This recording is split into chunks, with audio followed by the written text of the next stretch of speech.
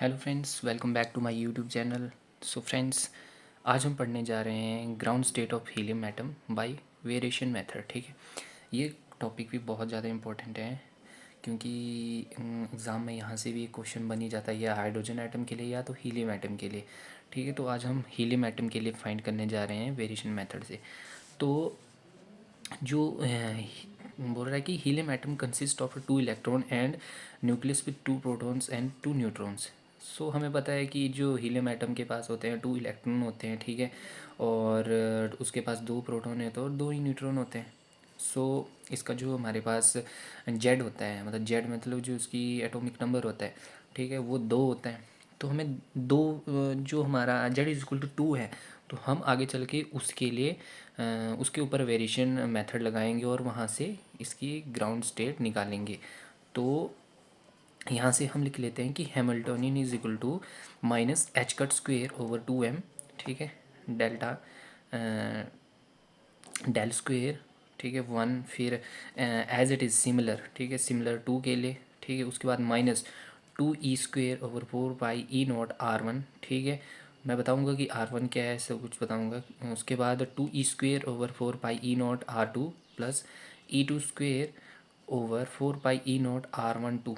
Equation को याद रखना इजी है, ठीक है, जैसे पहले ये वन के लिए टू के लिए, ठीक है, यहाँ पर चेंज क्या है, यहाँ आर वन है, यहाँ आर टू है और यहाँ पर आर वन टू है। ठीक है, ये जब बोल रहा है कि इलेक्ट्रॉन रिपल्शन होगा, तो ये वाली इसको बोलेंगे हम इलेक्ट्रॉन रिपल्शन। ठीक है, और ये जो दो इक्वेशन है, ये इक्वेशंस हैं न्यूक्लियस एंड इलेक्ट्रॉन। ठीक है, ये न्यूक्लियस और इलेक्ट्रॉन के लिए, ये वन के लिए है, ठीक है, ये वन अट्रैक्शन के लिए, और ये nucleus and electron attraction two, ठीक है, टू के लिए।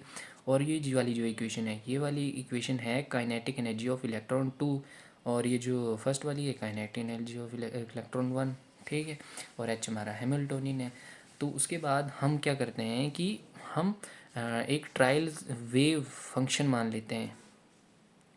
ठीक है, ट्रायल वेव फंक्शन क्यों मानते हैं हम? ठीक है, बोल रहे कि ट्रायल जो हमारे पास वेरिएशन मेथड होता है ना, हम जो एग्जैक्ट वेव फंक्शन है हम उसको नहीं जानते हैं, लेकिन हम ट्रायल सॉल्यूशन लेते हैं। ठीक है, हम ट्रायल सॉल्यूशन लेते हैं, यहाँ पर भी हमने ट्रायल सॉल्यूशन लिया है। तो फिर हम क्या करते हैं, वहाँ से एक जेड डैश की एक मतलब एक के अलग अलग वैल्यूज़ निकालते हैं और वहाँ से हम एनर्जी जो है वैल्यूज़ लेकर एनर्जी निकालते हैं। तो लेट अस एज्यूम, ठीक है, तो let us assume a trial wave function. Trial wave function हमारा क्या आ गया, five r r one r two, ठीक है, अट्रैक्शन वन और टू के लिए। ठीक है, उसके बाद जेड, उसके बाद ऊपर है इसकी जेड डैश थ्री, ठीक है, पाई ए नॉट, ठीक है, और ई माइनस जेड डैश मान लो या बार मान लो, कुछ भी बोल लो, बार नहीं कह सकते, डैश मान लो। तो r one plus r two over a naught. ठीक है, तो यहाँ पर जो हमारा जेड डैश है वो हमारा वेरिएशनल पैरामीटर है। ठीक है, ये हमारा इसमें एक इफ़ेक्टिव न्यूक्लियर चार्ज का भी कंसेप्ट आता है। तो इफ़ेक्टिव न्यूक्लियर चार्ज से ही ये उसको ही हम वेरिएशन पैरामीटर मान लेते हैं। ठीक है, उसके बाद आर वन क्या है हमारे पास, जो आर वन है वो है distance of first electron from the nucleus. R two क्या है, distance of the second electron from the nucleus. उसके बाद ए नोट क्या है, हमारे पास बोर रेडियस है। ये बोर रेडियस निकाल जो है वो हाइड्रोजन एटम के केस में मैं आपको निकालना सिखाऊंगा कि कैसे निकालते हैं, बोर रेडियस कैसे निकलती है। तो जेड डैश क्या है हमारे पास, इफेक्टिव न्यूक्लियर चार्ज है। ठीक है, और हम यहाँ पर इसको एक वेरिएशनल पैरामीटर मानते हैं। तो इसके बाद फ्रेंड्स हम क्या करेंगे,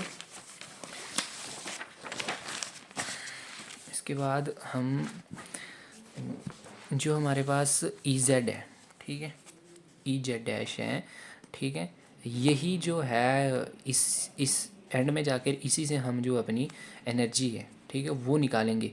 और D E over D Z करके हम जब ये कंडीशन होगी तो हमें एक मिनिमम एनर्जी मिलेगी। जब मिनिमम एनर्जी मिलेगी तभी हम इसके लिए ग्राउंड स्टेट निकाल पाएंगे। तो according to the variational principle, variation principle बोलता है कि E Z dash is equal to, ठीक है, ब्रा साई एच, फिर कैट के साई कैट, ठीक है, और ये वाला, ठीक है, ऐसे करके। और ये हमारी इक्वेशन नंबर 3 आ गई। तो इस इक्वेशन के बाद हम क्या करते हैं कि we can also write Hamiltonian in such a way, ठीक है। हैमिल्टोनियन को हम कैसे लिख सकते हैं, H is equal to H not plus V, ठीक है, H not plus V. V हमारी पोटेंशियल एनर्जी है, ये हमारी काइनेटिक एनर्जी है, ये हमारा हैमिल्टोनियन है, ठीक है। उसके बाद ये हमारी इक्वेशन नंबर 4 आ गई। तो अब हमने क्या करना है, यहाँ पर हमने H not is equal to, H not की जो वैल्यू है वो वैल्यू है हमारे पास minus H square over 2m, ठीक है, डेल्टा डेल स्क्वेयर 1, फिर minus h cut square 2m, ये del square 2 minus Z dash e square 4 pi R1, फिर same as it is same R2 के लिए, ठीक है। उसके बाद जो v की वैल्यू होगी, v की वैल्यू है 2 minus Z dash 4 pi e not, फिर ई स्क्वेयर, फिर R1 1/R1 plus 1/R2 plus E2 4 पाई E0 R2। ये कैसे आया है, ये इसी इक्वेशन से आया है, ठीक है। ये जो एच नॉट है हमने वो फर्स्ट वाली इक्वेशन को मान लिया है, और इसके साथ हमने जो है ये जेड डैश उस वही डाला हुआ है, ठीक है। ये 2e² की हमने बस जगह जेड डैश डाला हुआ है, ठीक है। और बाकी 4 पाई E0 R1, 4 पाई E0 R1, और ये सेम है। और v के लिए हमारे पास v है, ठीक है, v के लिए हमारे पास 2 माइनस जेड डैश E², ठीक है।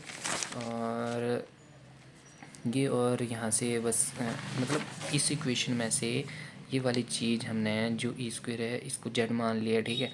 और ये वाली जो 2 ये है ना, 2 माइनस जेड बार E², 2 माइनस जेड बार को वो लिए और बाहर से इसको कॉमन मान लिया यहाँ पर, E² और 4 पाई E0 इसको कॉमन ले लिए, तो 1/R1 माइनस 1/R2, ठीक है, यहाँ पर। लेकिन यहाँ पर जो है 1/R1 प्लस 1/R2, ठीक है। ये जो प्लस का साइन है यहाँ था, देखो ये माइनस का था तो माइनस माइनस प्लस हो गया, तो यहाँ इसलिए 1/R1 प्लस 1/R2 हुआ है, ठीक है। और जो ये इलेक्ट्रॉन जो क्या थी हमारे पास, रिपल्शन, इलेक्ट्रॉन रिपल्शन, ठीक है, E0/4 पाई 4 पाई E0 R12, तो वो हमारे पास एज इट इज़ यहाँ पर आ गया है। तो उसके बाद हम अब क्या करेंगे कि now the expectation value of H0 for 2 electron, ठीक है, मतलब हीलियम में 2 इलेक्ट्रॉन होते हैं, तो एक्सपेक्टेशन वैल्यू फॉर हीलियम, ठीक है, ऐसे लिख सकते हैं हम। तो H0 इज इक्वल टू 2, ठीक है, 2 जेड बार स्क्वेयर RY, ठीक है, RY। तो जो ये वैल्यू होती है हमारे पास, ये आ जाएगी हमारे पास 27.2 जेड बार 12, बार है ये, 12 मत मान लेना इसको, जेड बार, बार मतलब अरे यार मैं ही भूल जा रहा हूँ कि डैश, ठीक है, जेड डैश 2। उसके बाद similarly the expectation value of 1/R for 2 electrons, ठीक है, एक्सपेक्टेशन वैल्यू किसके लिए, हमारे पास 1/R के लिए, तो ये आ जाएगी हमारे पास 1/R1 plus 1/R2 is equal to 2 Z bar A0, ठीक है। 1/A0 हमारी जो होती है वो बोर रेडियस होती है। उसके बाद अब हम यहाँ पर देखते हैं कि नाउ जो हमारे पास इलेक्ट्रॉन रिपल्शन है, ठीक है, ठीक है, इन टर्म इलेक्ट्रॉन रिपल्शन को हमने 1-2 से लिखा था, R12 is equal to R1 minus R2, ठीक है। तो जब हमने किया कि 1/R2, ठीक है, इज इक्वल टू, इसकी फिर इंटीग्रेशन कर दी। इंटीग्रेशन करने के बाद ये वाला जो स्टेप है गाइस आप इसको याद रखिएगा, क्योंकि ये काफ़ी इम्पोर्टेंट स्टेप है, ठीक है। इस स्टेप को याद रखने के बाद, इसको सॉल्व करने के बाद जो हमारे पास वैल्यू आएगी वो वैल्यू आएगी 5Z 8/8A ठीक है। ये हमारी 6th इक्वेशन। यहाँ तक गाइज आपको आई होप समझ लग गया होगा कि यहाँ तक हमने कैसे किया है। तो उसके बाद अब हम क्या करेंगे, टोटल एनर्जी निकालेंगे। टोटल एनर्जी होगी हमारी पास EZ dash is equal to H0, ठीक है, जो मैंने आपको यहाँ बताया था। बस अब हम अपने जो टॉपिक के एंड में EZ dash is equal to H0, ठीक है। एच नोट करने के बाद जो हमारे पास ई जेड डैश की जो वैल्यू है वो क्या है, -2z, ठीक है, 2z डैश 1 2, ठीक है, इसको ऐसे रखते हैं, -2z dash 2 plus 2z dash -1 5/4 z dash, ठीक है, for helium atom z is equal to 2। बस सिंपल यहाँ पर z की वैल्यू 2 रखनी है, तो z की वैल्यू हम यहाँ पर 2 रखेंगे तो ये वाला जो टर्म है वो ऐसा रह जाएगा, 2 × 2 4 हो जाएगा, ठीक है, 4z डैश। और इसका जब हम एलसीएम लेंगे तो एलसीएम लेने के बाद और सॉल्व करने के बाद ये वाली हमारे पास, ठीक है, ये 16 हो जाएगा, और 16 में से 5 गया तो 11/4, ठीक है, तो 11/4, ठीक है, तो ऐसे हो जाएगा।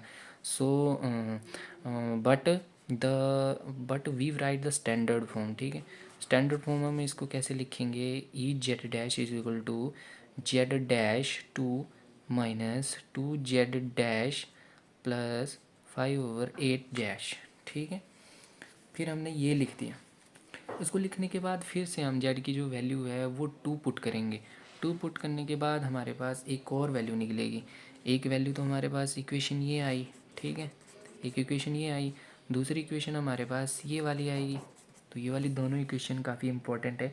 तो जब हम यहाँ पर जेड की वैल्यू, इस इक्वेशन में जेड की वैल्यू 2 डालेंगे तो ये हमारे पास 4 हो जाएगा, और इसका जब हम एलसीएम लेंगे तो ये 27/8 हो जाएगा, ठीक है।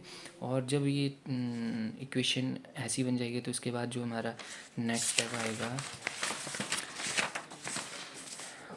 स्टेप आएगा वो होगा हमारे पास, ठीक है, एनर्जी मिनिमम कंडीशन। अभी यहाँ पर हम एनर्जी मिनिमम कंडीशन निकालेंगे, वो होगी हमारे पास DE/dz dash is equal to 0, ठीक है। और उसके बाद यहाँ पर 2z dash -27.8 is equal to 0। तो जब हमने इसको यहाँ से हमने अब z डैश की वैल्यू निकालनी है, तो z डैश की वैल्यू एलसीएम सॉल्व करने के बाद, ठीक है, क्या आएगा, 16z dash is equal to 27। z dash को एक साइड ले जाओ और इसको वैसे, जब मैं इसको डिवाइड किया तो कुछ ये वैल्यू आ जाएगी, लेकिन हमने अभी आगे चल के यही लेना है, ठीक है। तो ये वाले रिजल्ट को आप याद रखना, 9th इक्वेशन को। So now we have to find the minimum energy, so put the value z dash in 8, ठीक है। अब हमने मिनिमम एनर्जी फाइंड करनी है, तो जो हमारे पास वैल्यू आई है उस हमने वैल्यू को इक्वेशन नंबर 8 में पुट करना है। तो जो हमारे पास इक्वेशन नंबर 8 है, ठीक है, ये वाली इक्वेशन है, इस वाली इक्वेशन में हमने जो हमारे पास जो z डैश की वैल्यू आई है, ठीक है, अब जहाँ भी ये z डैश है वहाँ पर हम 27.8 डालेंगे, यहाँ भी 27.8 डालेंगे, यहाँ भी 27.8 डालेंगे, ठीक है।